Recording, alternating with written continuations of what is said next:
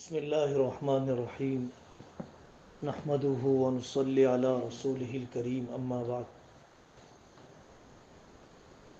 چونکہ دنیا کا ایک بڑا حصہ عالم اسلام کا بہت بڑا حصہ ایک لمبے عرصے تک حضرت شیخ الحدیث مولانا زکریا صاحب رحمۃ اللہ علیہ اور ان کے خاندان اور ان کی خدمات کا بلا شبہ احسان مند رہا ہے۔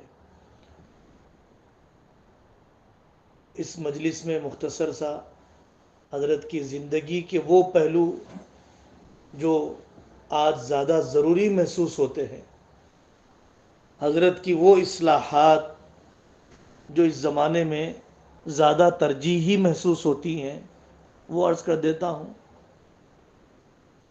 سب سے پہلی بات تو یہ احساس زیادہ بڑھتا جا رہا ہے۔ حضرت شیخ الحدیث صاحب رحمۃ اللہ علیہ کی کتاب ہے شریعت و طریقت کا تلازم، عربی زبان میں اس کا ترجمہ بھی ہوا، اور اللہ تعالیٰ نے موقع دیا حضرت مولانا عبدالحفیظ صاحب مکی رحمۃ اللہ علیہ کی صحبت میں مکہ مکرمہ میں کچھ وقت گزارنے کا، انتقال سے پہلے بھی۔ تو یہ احساس زندہ رہنا چاہیے، کوئی رسمیت ہماری زندگیوں میں نہ آ جائے۔ طریقت اور واقعی اہل اللہ سے وابستگی، حوالگی اور اس منہج پر باقی رہنا، ان کے مشن کو آگے بڑھانا، شیخ کی تعلیمات کو زندہ رکھنا، شیخ کے سلسلے کو جاری رکھنا، یہ بہت بڑی ہماری ضرورت ہے۔ دوسرا جو حضرت شیخ الحدیث صاحب رحمۃ اللہ علیہ کا بہت بنیادی وصف رہا ہے، وہ اعتدال اور جامعیت ہے۔ عجیب قسم کا اعتدال تھا اور بہت سی تضادات کا، جامعیت کا اللہ تبارک و تعالیٰ نے انہیں مرکز بنایا تھا۔ حضرت تھانوی کے چاہنے والے بھی آتے تھے، حضرت مدنی کے چاہنے والے بھی آتے تھے، دارالعلوم دیوبند کے دونوں دھڑے ان کے پاس آیا کرتے تھے، مظاہر کے دونوں متعلقین ان کے پاس آیا کرتے تھے، تبلیغ کی ساری سرپرستی بلکہ بعد کے امراء کی تربیت حضرت شیخ الحدیث صاحب رحمۃ اللہ علیہ نے فرمائی ہے۔ جامعیت اور اعتدال، حضرت نے انتشار پیدا ہونے نہیں دیا، بکھراؤ کو بڑھنے نہیں دیا، اپنی شخصیت کو ایسا بنایا کہ مختلف میدان میں کام کرنے والے حضرت سے رجوع ہوا کرتے تھے، حضرت کی ثالثی پر راضی ہوا کرتے تھے۔ حضرت کی کتاب الاعتدال فی مراتب الرجال، اسلامی سیاست، جس کا اردو نام ہے، خانقاہوں میں پڑھی جاتی تھی۔ ہم نے حضرت مولانا طلحہ صاحب کاندھلوی رحمۃ اللہ علیہ کی مجلس میں اس کو پڑھتے ہوئے دیکھا، الاعتدال فی مراتب الرجال کو۔ جتنے مضامین حضرت نے اس کتاب میں لکھے ہیں، واقعتاً وہ مضامین آج کے حالات میں بھی زندہ ہیں، مؤثر ہیں، ضروری ہیں کہ ان مضامین کو پڑھا جائے۔ محنتوں کی قدردانی، موجودہ شخصیات کی قدردانی۔ حضرت فرمایا کرتے تھے، لوگ غزالی اور رازی کے تلاش میں رہتے ہیں، ان کو رازی اور غزالی بھی نہیں ملتے، موجودہ بھی نہیں ملتے، سوائے محرومی کے اور کچھ حصے میں نہیں آتا ہے۔ تو یہ دوسرا ان کی شخصیت کا پہلو ہے، اعتدال اور جامعیت۔ تیسرا پہلو بہت سیکھنے کی ضرورت ہے، اپنے چھوٹوں کو آگے بڑھانا، اپنے چھوٹوں سے استفادہ کرنا، اپنے چھوٹوں سے استفادہ کرنا۔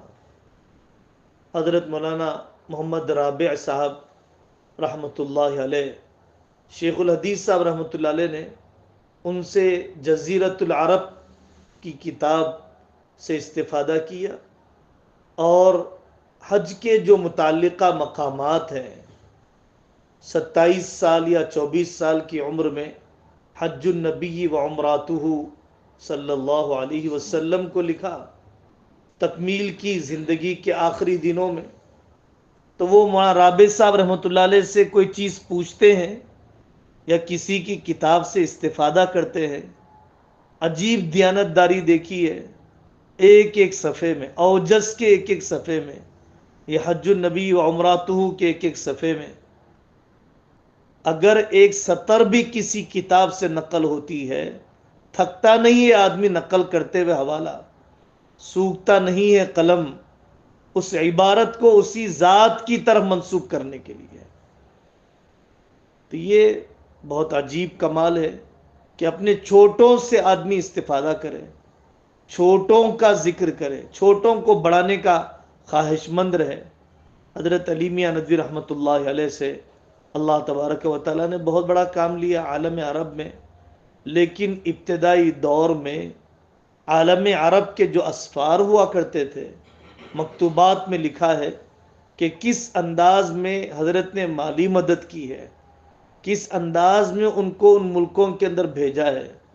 ان کی کتابوں کے طباعت سے پہلے حضرت علی میاں سے فرما دیا کرتے تھے کہ آپ کی تاریخ دعوت و عزیمت کے چھپنے سے پہلے میری طرف سے 200 نسخوں کی قیمت پیشگی ہے، وہ کتاب تقسیم کر دی جائے، اتنی تعداد میں میری طرف سے۔ آدمی اپنی کتابوں پر بہت خرچ کرتا ہے اور اپنی تحریروں کو چلانے کی فکر بھی بہت کرتا ہے، کرنا بھی چاہیے، لیکن دوسروں کی تحریروں سے اتنی دلچسپی، دوسروں کے تصنیفی کام کو بڑھانے کا اتنا جذبہ اور دوسروں کی تحریروں پر اتنی گہری نظر، اصاغر نوازی، خرد نوازی، حضرت مولانا عمر صاحب پالنپوری رحمۃ اللہ علیہ کو خلافت بھی دی، اجازت بھی دی، 35 دن تک ان کے بیان کو نظام الدین میں سنا، اور پھر اخیر میں 35 دن کے استخارے کے بعد فرمایا کہ عمر پالنپوری کا بیان فجر کا ہونا چاہیے۔ اور دسیوں اصاغیر ہے جن کو حضرت رحمۃ اللہ علیہ نے اپنی شفقت سے آگے بڑھایا ہے۔ چوتھا وصف اپنے اکابر کا، حضرت شیخ الحدیث صاحب رحمۃ اللہ علیہ کا، جو بہت امتیازی قسم کا ہے۔ وہاں رابع صاحب رحمۃ اللہ علیہ فرماتے ہیں کہ اگر حضرت کی پوری زندگی کو 2 لفظوں میں کہا جائے تو 2 لفظ یہی سمجھ میں آئیں گے کہ ایک امت کی تربیت اور دوسرا علمی خدمت۔ دوسرا علمی خدمت، مریدین کی مشغولیت نے، اعتکاف کے جذبے نے، خطوط کے لکھنے نے، واردین اور صادرین کے آنے نے حضرت کو سطحی نہیں بنایا ہے، سرسری پن ان کے اندر نہیں آ گیا۔ انہوں نے اپنی علمیت کو باقی رکھا، کتب بینی کو باقی رکھا، ہر نئی تحریر پر نظر، ہر نئی تحقیق پر نظر، گفتگو نپی تلی بھی ہونی چاہیے، علم کے ترازو سے کھری اترنی چاہیے، علم کے ترازو میں بے وزن نہیں ہونی چاہیے، یہ بہت کم ہوا کرتا ہے۔ عمر ڈھلتے ہوئے آدمی کے اندر کتب بینی سے تعلق کمزور ہو جاتا ہے، عمر ڈھلتے ہوئے آدمی کے اندر قناعت آ جاتی ہے، لیکن حضرت رحمت اللہ علیہ آخری سانس تک۔ ایک اور بہت عجیب پہلو ہے جو دنیا بہت کم جانتی ہے۔ ہم ایک مرتبہ کاندھلا حاضر ہوئے، حضرت مولانا نور الحسن راشد صاحب دامت برکاتہم، اس خاندان اور اس علاقے کے زبردست محقق اور مؤرخ عالم دین ہے حضرت مولانا نور الحسن راشد صاحب، تو اپنی مجلس میں بیان فرما رہے تھے کہ حضرت شیخ الحدیث صاحب رحمۃ اللہ علیہ کی حدیثی خدمات، تدریسی خدمات، تزکیائی خدمات، تبلیغی خدمات آپ جانتے ہیں، سیاسی خدمات نہیں جانتے ہیں، ملکی حالات سے لا تعلق نہیں رہتا تھا وہ شخص، عالمی حالات سے کٹا ہوا نہیں رہتا تھا وہ شخص۔ 45 جلدیں ہیں، 45 جلدیں ہیں فل اسکیپ کی، کہ جس میں شیخ الحدیث صاحب رحمۃ اللہ علیہ روزانہ کے اخبار کے تراشے لکھا کرتے تھے۔ اندرا گاندھی نے وہاں پر بیان میں یہ کہا، بے نظیر بھٹو نے وہاں پر یہ کہا، محمد علی جناح کا یہ بیان آیا۔ ایک تو ان کی یومیہ ڈائری ہے، ذاتی ڈائری ہے۔ آج مولوی یوسف نے وہاں کے اجتماع کا سفر کیا، مولوی انعام نے وہاں کا یہ سفر کیا، تو وہ جو ان کی خود نوشت ڈائری ہوا کرتی تھی، تاریخ جو محفوظ کی جاتی تھی، وہ الگ ہے۔ پتہ نہیں اللہ نے ان کے وقت میں کیسے برکت دی تھی اور توجہ کا موقع دیا تھا۔ 45 جلدیں ہیں جس میں ملک کی حالات کے اتار چڑھاؤ، اور پھر اس کے مطابق اپنے ساتھیوں کی رہبری، اس کے مطابق اپنے دوستوں کی رہبری، ایک بہت بڑا کام ہے۔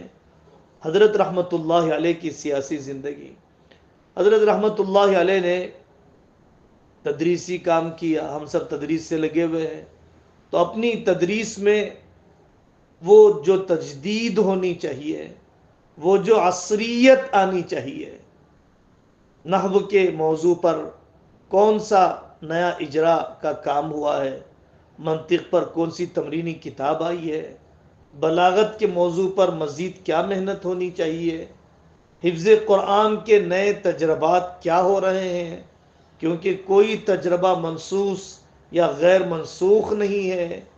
اپنے آپ کو تدریب کا محتاج سمجھنا، اپنی تدریس میں بھی تدریب کا آدمی اپنے آپ کو محتاج سمجھے۔ تحقیق حدیث اور تخریج حدیث پر عالمی سطح پہ کیا کام ہو رہے ہیں، عالمی سطح پر کمپیوٹر کی لائن میں کون سی مزید ایپ بن کر آ رہے ہیں۔ ہمارے اندر علمی قناعت نہیں ہونی چاہیے۔